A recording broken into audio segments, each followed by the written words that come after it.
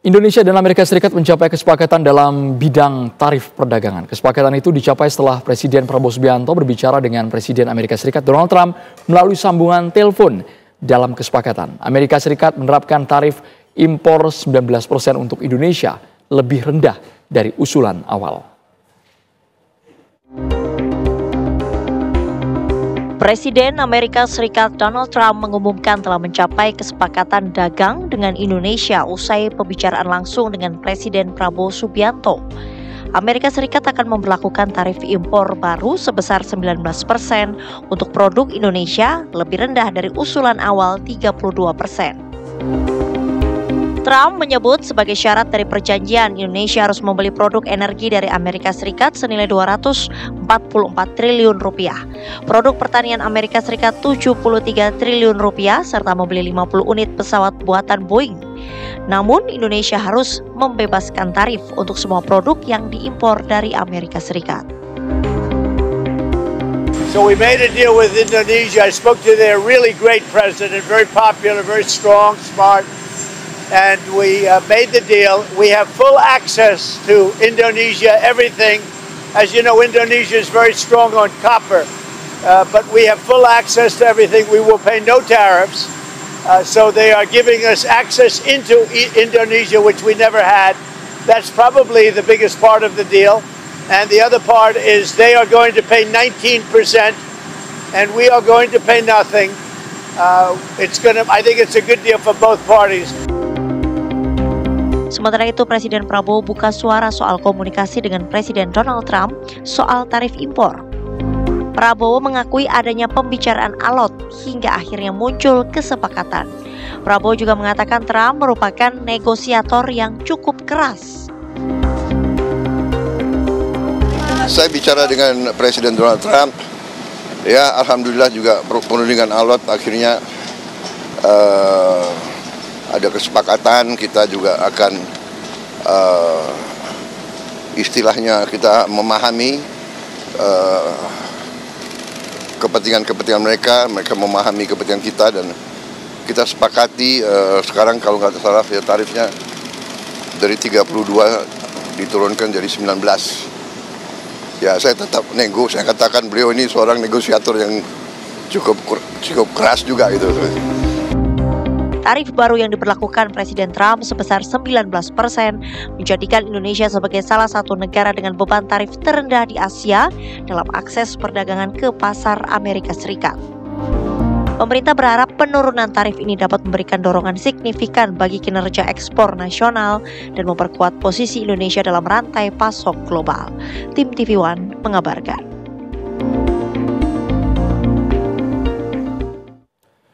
Presiden Amerika Serikat Donald Trump mengumumkan tarif impor sebesar 19% untuk Indonesia. Dengan besaran tarif ini menjadikan Indonesia sebagai salah satu negara dengan beban tarif terendah di Asia dalam akses perdagangan ke pasar Amerika Serikat. Lantas apakah tarif pajak Trump ini menguntungkan Indonesia? Saat ini sudah bergabung bersama kami ada Fitra Faisal Hastiadi, tenaga ahli utama kantor komunikasi kepresidenan. Mas Fitra, saya langsung saja melihat sentimen masyarakat sepertinya tidak semuanya mengapresiasi. Pro dan kontra. Ada juga yang menganggap was-was kenapa AS betul-betul dikasih karpet merah. Full akses untuk mereka, tapi kita tidak sebaliknya. Mas Fitra. Ya, wajar karena memang mungkin banyak dari masyarakat yang belum paham ya bagaimana perdagangan internasional itu bekerja. Nah, harus kita pahami bahwa sistem ekonomi internasional itu bekerja dalam satu sistem yang saling kait-terkait. Jadi pertama ya, kalau untuk tarifnya sendiri itu kan turun dari 32 sampai ke 19%. Itu pun merupakan salah satu prestasi ya, karena memang kalau kita bandingkan itu negara-negara lain agak sulit ya untuk mencapai tarif yang serendah kita ya. Bahkan tadi Mas Andro juga sempat bilang bahwa kita 19% ini merupakan yang terendah di Asia. Pagi ini saja saya sudah mendapatkan telepon dari teman-teman dari wartawan di Malaysia juga yang sebenarnya mereka juga cukup antusias ya untuk mengetahui strategi Indonesia untuk bisa menurunkan tarif hingga 19% dari sebelumnya 32%. Karena rekan-rekan serumpun juga masih melakukan upaya negosiasi dengan Trump dan ingin mereka menjadikan Indonesia sebagai benchmark. Jadi itu sebenarnya merupakan suatu prestasi dan suatu kemenangan diplomasi tahap awal untuk kita ya. Meskipun Pak Presiden inginnya ya mendekati 0%, tapi biar bagaimanapun ini merupakan satu kemenangan karena dari 32% ke 19%. Yang kedua, yang tadi saya sampaikan di awal bahwa kalau kita bicara perdagangan internasional itu adalah suatu sistem sehingga 19% ini kita tidak melihatnya bahwa 19% kita masuk ke Amerika Serikat di tarif 19%, tetapi kita juga membandingkannya dengan negara-negara lain seperti misalnya tadi yang saya bandingkan Malaysia 25%, Vietnam 20%, Thailand 36%. Nah, artinya apa? Dengan negara-negara serumpun yang memiliki tarif lebih tinggi, sementara mereka juga memiliki ekspor yang kurang lebih sama dari ASEAN ke Amerika Serikat, ya misalnya Indonesia ekspor CPO ya ke Amerika Serikat. Malaysia ekspor CPO juga, kita berkompetisi ya untuk kemudian memperebutkan pasar misalnya. Nah, tapi di sisi yang lain karena tarif kita lebih rendah 19% versus 25% Malaysia, maka sebenarnya secara komparatif kita menjadi lebih unggul ya. Artinya peluang ekspor kita bisa meningkat.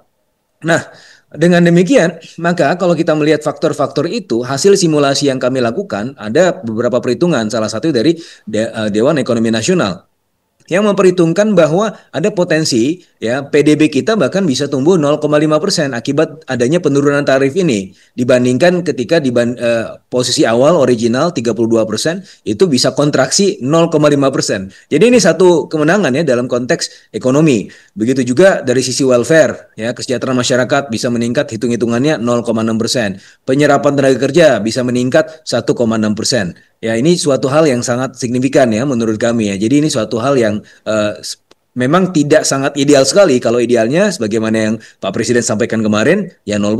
Tapi kalau dibandingkan secara komparatif ini adalah satu kemenangan juga, adalah satu bentuk kemenangan diplomasi kita. Nah, kemudian yang juga menjadi salah satu pertanyaan besar masyarakat adalah kok Amerika Serikat tarifnya 0% ya. Nah, pertama harus dilihat juga bahwa selama ini produk-produk Amerika Serikat itu tarifnya memang antara 0 sampai 5%. Jadi tidak akan mendisrupsi ya secara cukup signifikan. Yang kedua adalah produk-produk dari Amerika Serikat adalah bukan produk-produk yang berkompetisi langsung dengan produk-produk Indonesia. Jadi ketika ada ketakutan oh ini akan menghancurkan industri dalam negeri.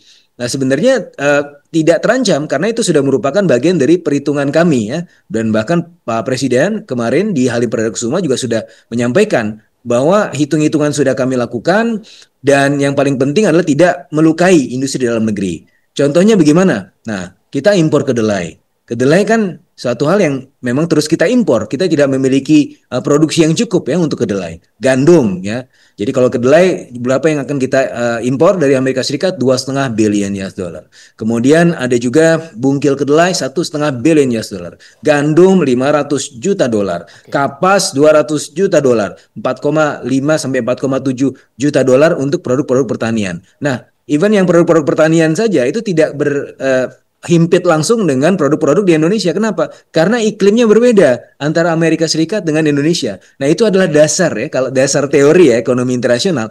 Dua negara yang berbeda iklim pasti outputnya juga berbeda. Ya, itu dalam teori keunggulan komparatif. Nah, begitu juga dengan line of production ya kalau kita bicara manufacturing sectors. Negara Amerika Serikat itu dalam stage of production tingkat jaringan rantai produksi yang jauh lebih advance ketimbang Indonesia. Sehingga kalaupun mereka ekspor atau produk-produk yang kita beli dari mereka itu produk-produk yang tidak bisa kita produksi sendiri untuk pada saat ini. Misalnya apa? Boeing. Kita kan tidak bisa produksi Boeing, Mas Andro, sehingga tidak menghimpit industri dalam negeri kita juga. Nah, tapi di sisi yang lain, ketika tadi misalnya kita bisa beli kedelai dengan tarif 0%. Artinya apa? Loh, kedelai itu kan bahan baku buat tempe. Jadi intinya kalau misalnya teman-teman ini mau makan di warteg, bisa jadi nanti setelah tarifnya 0%, ada pengurangan harga dari tempe. Ya, tempe jadi lebih murah. Ya, terus gandum buat roti, buat produk-produk mie. Nanti tiba-tiba kalau mau ke warung makan, lapar beli mie, bisa jadi mie-nya lebih murah. Karena apa? Ongkosnya dari sisi tarif 0%. Mas Nah, Fitra. ini suatu hal yang seharusnya bisa kelihatan ya nanti ke depan. Mas Fitra, gitu, Mas. tapi soal syarat dan ketentuan Indonesia wajib membeli produk pertanian, kemudian energi, dan juga 50 pesawat Boeing 777 itu, apakah itu juga akan memberatkan beban anggaran kita, Mas? Enggak, Mas Andro. Jadi kan begini ya, selama ini kan memang kita sudah punya rencana ya untuk kemudian melakukan pembelian-pembelian itu. Tinggal sekarang dialihkan saja. Yang sebelumnya mungkin belinya dari Uni Eropa, ya kita beli ke Amerika Serikat untuk produk Boeing. Terus untuk yang sebelumnya beli ke kilang minyak atau produsen di Arab untuk minyak. Atau beli lewat Singapura. Sekarang bisa langsung ke Amerika Serikat. Tinggal direalokasikan saja. Jadi tidak ada anggaran yang bertambah. Jadi anggarannya masih tetap, tapi pilihan partner dagangnya saja yang berubah, gitu kan. Nah, karena harus disadari bahwa begini, untuk menghitung tarif resiprokal, Mas Andro, itu adalah kalau kita pakai perhitungannya Trump, itu defisit dari Amerika Serikat, ya, berarti defisit Amerika Serikat ekspor dikurang impor ke Indonesia, ya. Jadi mereka defisit statusnya sekarang 18 billion US dollar. Terus kemudian dibagi dengan importnya, import Amerika Serikat ke Indonesia. Itu 28 billion US dollar.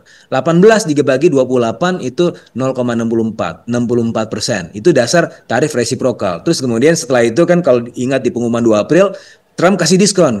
We are very kind. We give you a discount. Jadi 32% kita dapatnya, Mas Andro. Nah, itu 32% yang jadi dasar negosiasi. Untuk menurunkan menjadi mendekati 0% gimana caranya? Ya mengurangi trade deficit. Ketika trade deficit itu gapnya dibuat lebih kecil, maka itu semakin mendekati 0%. Nah, makanya kita menawarkan untuk membeli barang-barang. Itu juga yang ditawarkan oleh negara-negara lain sebenarnya. Jadi, ini suatu hal yang dalam konteks game negosiasi dengan Trump itu suatu hal yang kita lakukan. Meskipun tentunya ya, ini tidak ada dasarnya di WTO, Mas Andro. Kalau bicara perhitungan tarif, saya PhD saya di bidang international economics sebenarnya belum pernah saya diajarkan hitung-hitungan seperti ini. Tetapi ya sudahlah, ini kan masalah yang sangat subjektif. Kita ikuti saja permainannya dan negosiasinya adalah kita membeli lebih banyak produk dari Amerika Serikat sehingga kita bisa mendapatkan yang 19% ini. Jadi kalau ini teman-teman Malaysia ini win-win solution ya, Mas Fitra ya.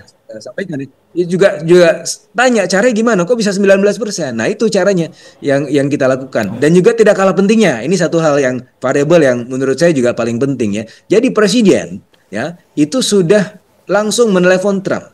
Jadi dalam konteks ini leader to leader relation itu menjadi penting sekali ya, dan bagaimana Pak Presiden sudah menjalin hubungan di bulan November tahun lalu bahkan ya, ketika Trump elected itu sudah ditelepon menyampaikan selamat dan ya hubungannya masih terus berlanjut sampai sekarang. Dan ketika Presiden menelepon Trump untuk menjadi icing in the cake dalam proses negosiasi, itu kemudian menjadi semacam deal yang baik untuk kedua belah pihak. Dan Trump sangat antusias sekali ya dengan hasil pembicaraan tersebut dan itu diumumkan di sosial medianya, Mas Andro. Terima kasih banyak tenaga ahli utama Kantor Komunikasi Kepresidenan, Mas Fitra Faisal Hastiadi sudah bergabung di Kabar Petang.